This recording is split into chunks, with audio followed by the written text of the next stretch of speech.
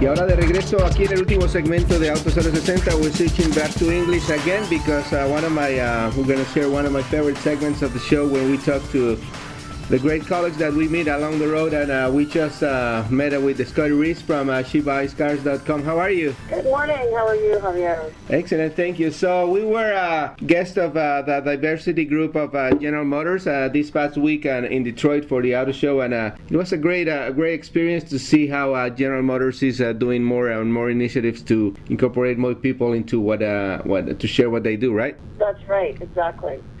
Yeah, so tell me about it. I've been looking at your site, Shebuyscars.com, and tell me a little bit about the site first, please. So we launched the site about a year ago because there was not information in the marketplace for women. Women feel intimidated by the car purchase experience. They don't feel confident walking into a car dealership. And women view cars differently. Even the mainstream consumer media, Consumer Reports, and places like that don't write about cars the way women look at cars. Women are more concerned with the passenger space and the comfort of the people in the back seat, not just the driver. So our focus is really more what's inside the car, not so much what's under the hood. Yeah, and it's kind of interesting to see that there's not much information or specific sites for women because from what I understand, women make most of the decisions of the car buying process, right? 85% of all car purchase decisions are made by or influenced by women. And as some people in the industry say, the women have 100% of the veto. Yeah, I can understand that. I mean, I'm not married, so but I can understand from my friends and family that that's the situation there. I mean, you might want something, but then you have to have it authorized by the boss, basically. It's a big purchase. It's a very important purchase. Most couples make the decision about all of their cars together because it's not just the car. It's the budget. It's what you're going to do with your money. Are you going to spend it all on a car, or are you going to take a vacation, buy a house, invest in college education for your kids? So, it's a very important financial decision, and it's a decision that you have to live with for a while, at least 3 or 4 years, or it's a really bad financial decision. So it's one that people don't take lightly, and women more and more earning their own incomes and making other financial decisions for themselves.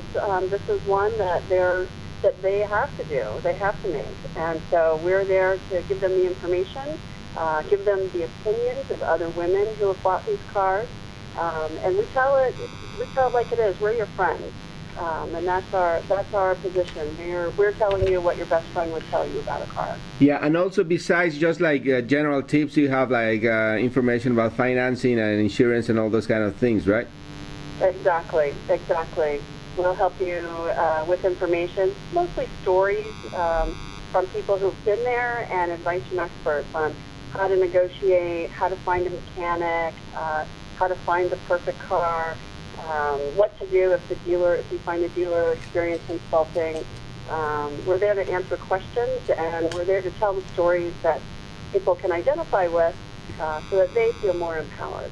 Yeah, especially the dealer experience, a dealership experience. I think is pretty frightening for a lot of people, not only women but men also who are not very good with finances and numbers and all that. So I think that's a great thing, and something that I will say that has to change a lot in the new era now with the internet and all this information flowing freely. I think maybe big companies like General Motors, that they have a big change going on right there with the new CEO, Mary Barra, might help to change that atmosphere, right? I mean, the cars are great already. I mean, they're doing really great things, but maybe they can change something at the dealership level, which I don't think is going to be that easy. I don't think it's going to be that easy because that's a much larger and not connected network of companies. So the dealers, each dealer is usually independently owned or part of a small group. But there are dealer associations, and General Motors and Ford and every other automaker work very closely with the dealers to help them sell cars.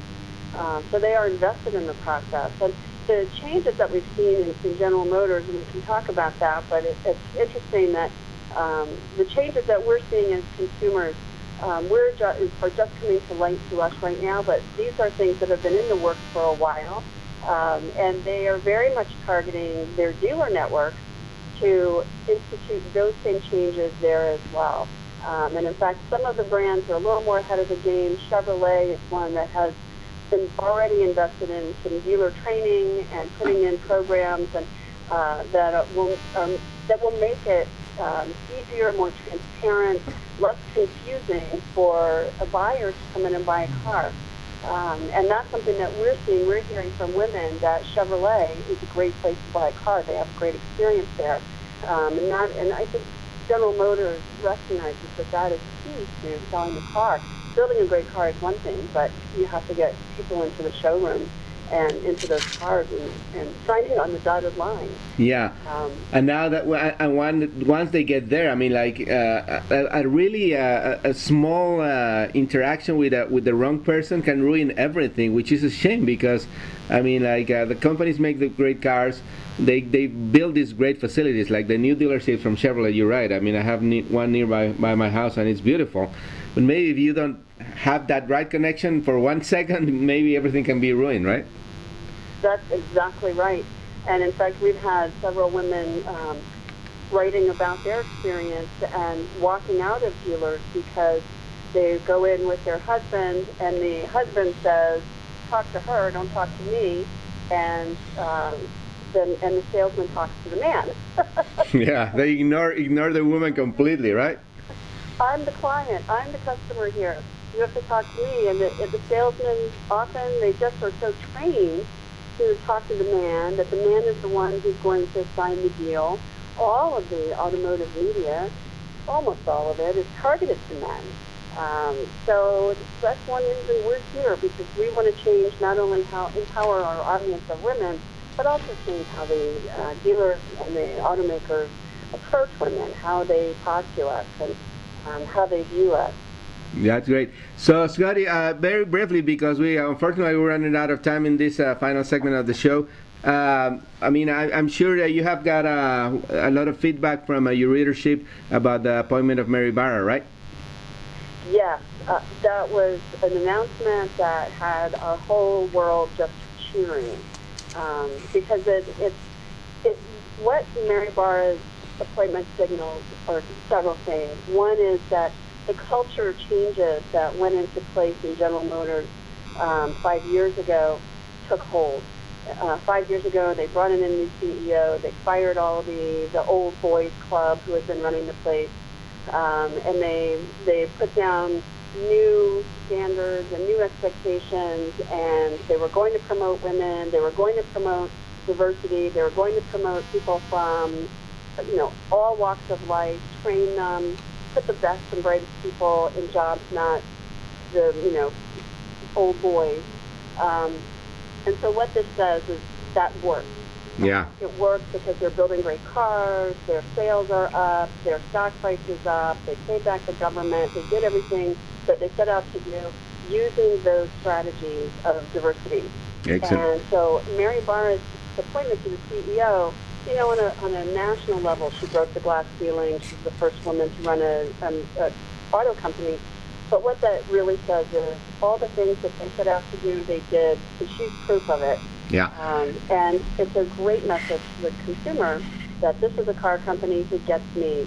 I'm a minority, I'm a Hispanic, I'm a woman, I'm Asian, I'm African American, and there's a woman in this company. And 40% of the boardroom, by the way, 40% of the directors of the company are minorities. So yeah. Okay, Scotty, I'm sorry, really sorry. It's a very interesting conversation, and I said we can talk again very soon. So Shebuyscars.com, and so we will keep talking to you, okay? Terrific. Thank you so much. Thank you very much for your time. Bye. Bueno, y ese fue el show de esta semana. Los esperamos en la siguiente edición de Auto 060 aquí en Cristina Radio Network. Yo soy Javier Mota y vamos a poner, como siempre, toda la información del show en nuestras páginas de social media para que nos sigan.